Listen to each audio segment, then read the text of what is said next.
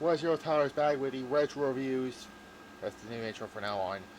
With the first of the three SummerSlam reviews. Now, all these are going to be we revisit these three again. You know about it. Um,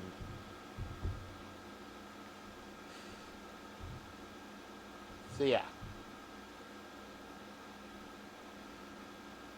Now, mm, tomorrow will be my live review of SmackDown. Saturday I'll probably do the Jungle Cruise movie review, and then Sunday I'll do the Ninja Turtles,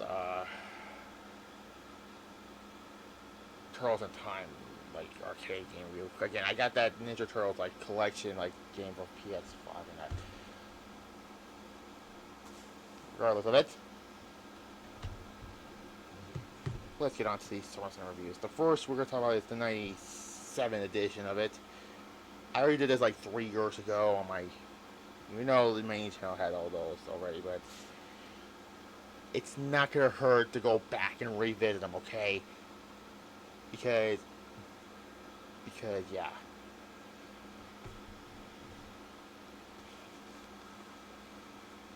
This took August 3rd at the Continental Airlines Arena in East Rutherford, New Jersey. So,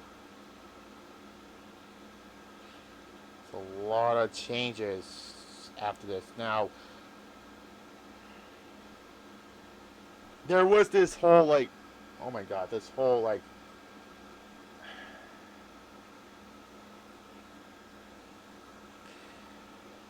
I forgot what it was, but it was some thing where you open this casket and you get like a bunch of money in it, and nobody won this, which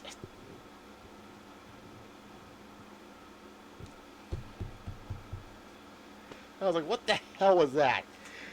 Or Krusty Khan was like, what the hell was that? But anyways,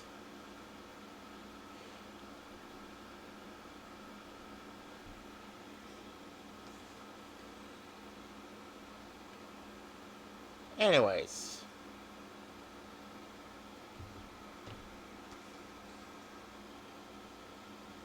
let's talk about the matchup and one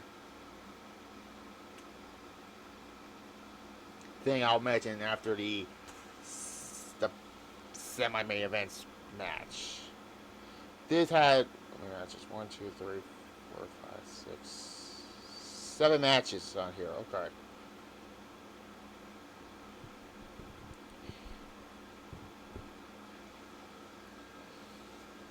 Regardless of it, the steel cage match between Mankind defeating, I'm just gonna refer to him as Triple H. Oh, not really though. Hunter Hearst Helmsley by escaping the cage. Um, yeah. Keep in mind, back in '96, Triple H was supposed to win the King Ring, but the current call happened and he got punished for it. You know, maybe it was a blessing in disguise, but then again, because, yeah, Triple H would win the '97 one, and yeah, that was a little better than what he did, because again, we didn't get the birth of Austin 316 in that, but yeah, and this was around the time Stone Cold and Mankind's other, or Mick Foley's other alter ego, Dude Love, became the tag team champions. Yes, this was during the whole, Mick Foley had all his personas, Mankind, Cactus Shag, and Dude Love, yeah. And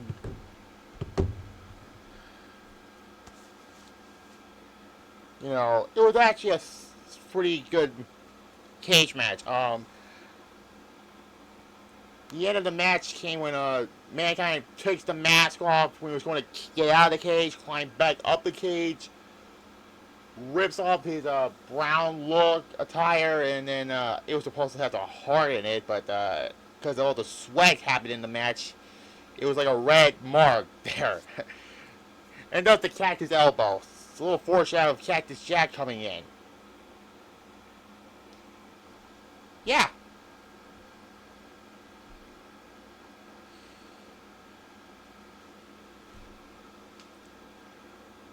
So yeah, that was actually pretty fun opener to SummerSlam.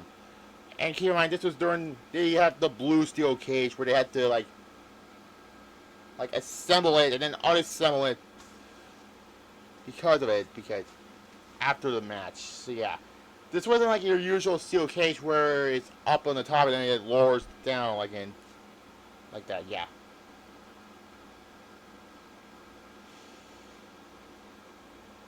Yeah. I give it an 8 out of 10. You know, they have really good chemistry together.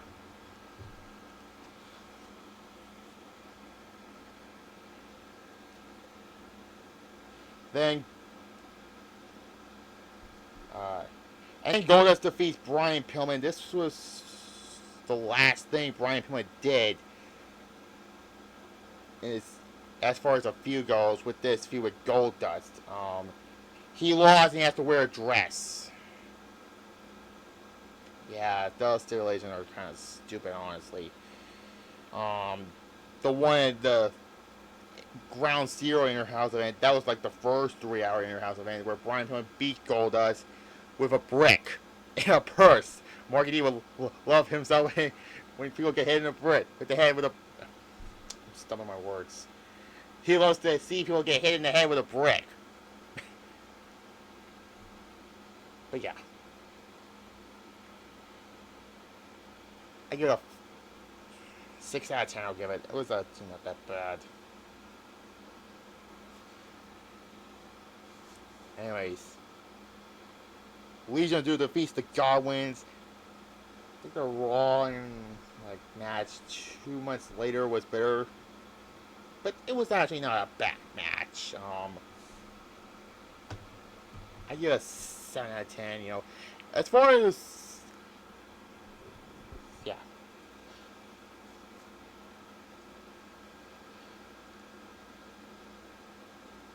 Anyways, then we get for the European Championship, and the stipulation is if British Bulldog lost, he would have to eat dog food.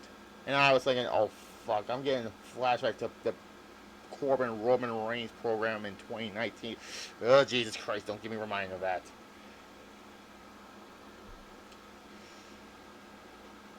Yeah, I don't want to talk about that, but I have to. But yeah, and then during this, they show Shawn Michaels versus British Bulldog for one night only for the European Championship, which you kind of knew who was going to win this. British Bulldog defeats Ken Shamrock by disqualification to retain the European Championship. Not the, oh Jesus, long day. Yeah. Basically, Bulldog just does a bunch of chin locks, and then he takes a can of dog food and slaps Shamrock in the face, and then Shamrock snaps and attacks a bunch of referees, and yeah. You know, for that craziness alone, it was a average match, but I forgot how I ranked these, but again, we're doing this again. So yeah.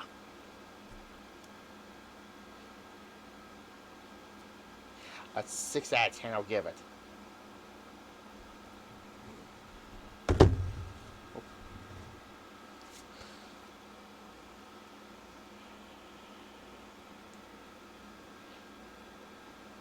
Then we get an 8-man tag. This is the worst thing about it. This was during the whole gang wars. Los Barricos defeats the Disciples of Apocalypse. I'm not going through this whole match. Terrible. Farouk fires both Savio Vega and Crush, and they form their own groups because of it.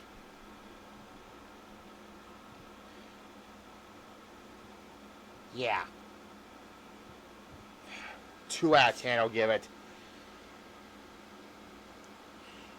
Okay, then we get the match that is pretty infamous for this one reason. For the Intercontinental Championship, and there was a stipulation if Austin lost, he would have to kiss Owen Hart's ass.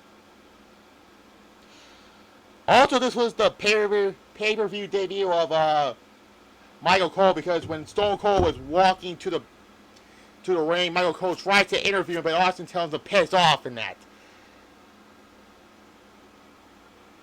Yeah. And Stone Cold Steve Austin did defeat Owen Hart to win the Intercontinental Championship. A great match. Until the botch. Until Owen gave Austin the sit down tombstone. And Wikipedia had a card on it that says the Steve Austin incident. So let me read it off here. So the event proceed best reminded for the Intercontinental Championship match between Owen Hart and Stone Cold Steve Austin, featuring, the botched tombstone that limitedly injured Austin's neck and temporarily paralyzed him, leaving him for many years of neck issues. And that surgery wouldn't happen until 1999, 2 years later. And perhaps derailed the WWF's momentum in the Monday Night Wars. During the time, with the WWF could offer to lose any more ground to WCW.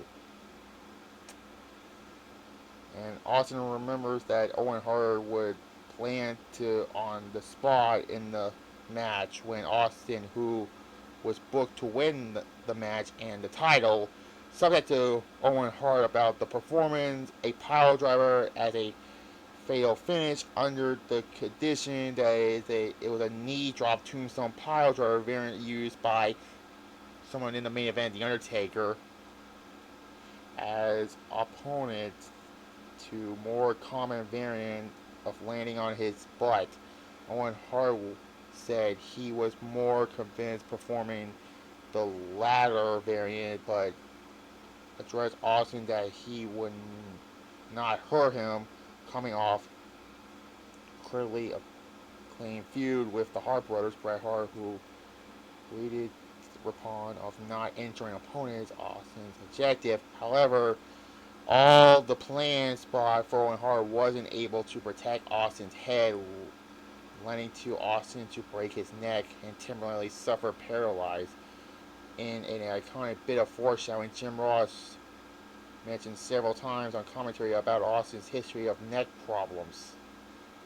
Prior to the botch move, Austin informed referee Earl Hebner that he could not move and that Owen Hart should not touch him. Once Hebner informed Owen Hart, he started to buy time for Austin to recover by taunting the crowd that Austin was about to kiss his ass per the pre-match stipulation if Austin did not win the title until Austin had recovered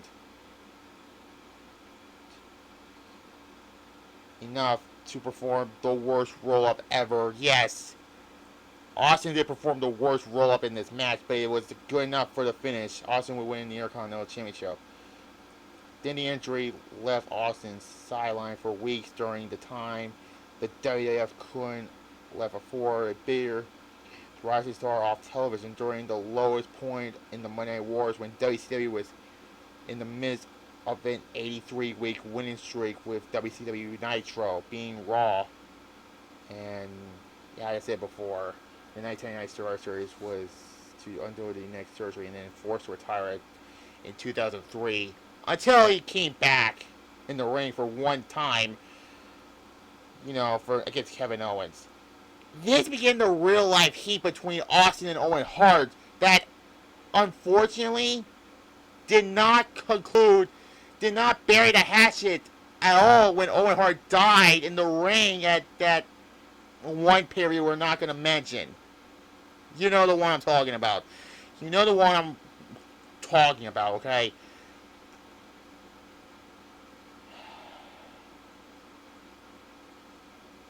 The botch power driver cost us to be a 7 out of 10. It was going to be an 8, but then this match is infamous for that spot. And now we're on to the main event. Shawn Michaels served as special guest referee for the WWF Championship. Speaking of two people who had real life heat at this time, Shawn Michaels and Bret Hart. The whole Sunny Days comment from Shawn. Then they had that real life fight after King of the Ring. And yeah, had Bret not won the well, we'll get to it. Bret Hart defeats The Undertaker to win the WWF Championship. And this stipulation is, if Bret Hart loses the match, he will no longer wrestle in the United States again. Ha! But there's another stipulation. If Shawn has shown any bits towards either wrestling with offers, he too will not be allowed to wrestle in the United States again. Ha! Yeah, fuck. That's a stupid stipulation. Anyways. Yeah. We don't know what's going to lead to Shawn Bret. Montreal Screwjob. This was a good match also. Taker and Bret don't have the best chemistry. I mean, look who is refereeing this match, Shawn Michaels. Yeah, Undertaker had way better chemistry with Shawn Michaels than Bret Hart. Yeah, Bret used a steel chair to hit Undertaker in the head. Paul Bearer come out. This was during the whole time where they said Kane was coming, which it foreshadowed Bad Blood 97. Like 2 months later, which, fun fact, I will talk about Bad Blood 2003 in October to celebrate the return of Bad Blood. Thank you, Triple H, for bringing that concept back. That pay-per-view concept back, really.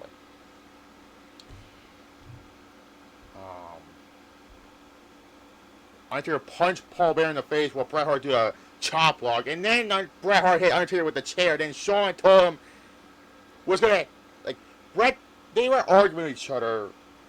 Bret Hart spat at Shawn Michaels. Shawn was going to hit Bret with the chair. And then Bret Hart ducks, hits Undertaker in the head with the chair. And Shawn had that look of, oh, fuck, what'd I do look. And then he said, fuck. Like, literally. And Bret Hart wins the title. This started Shawn Michaels' heel turn.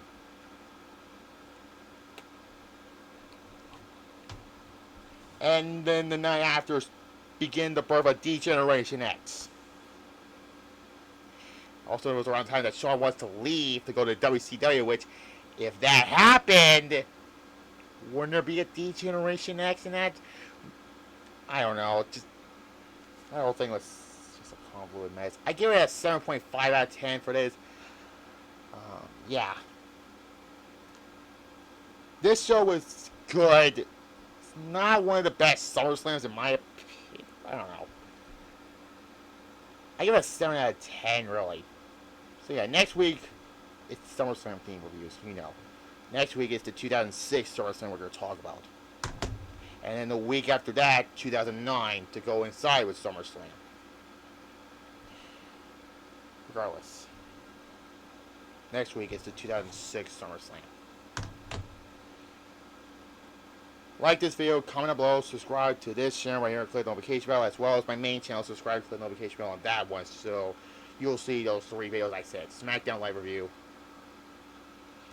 a Jungle Cruise movie review with The Rock, of course, and Ninja Turtles in Time review, which I did have that on the, you know, when I got my PS5, that's the other, like, thing I got with Mortal Kombat 12. Not Mortal Kombat 1, Mortal Kombat 12. Get it? Deal with it. Goodbye.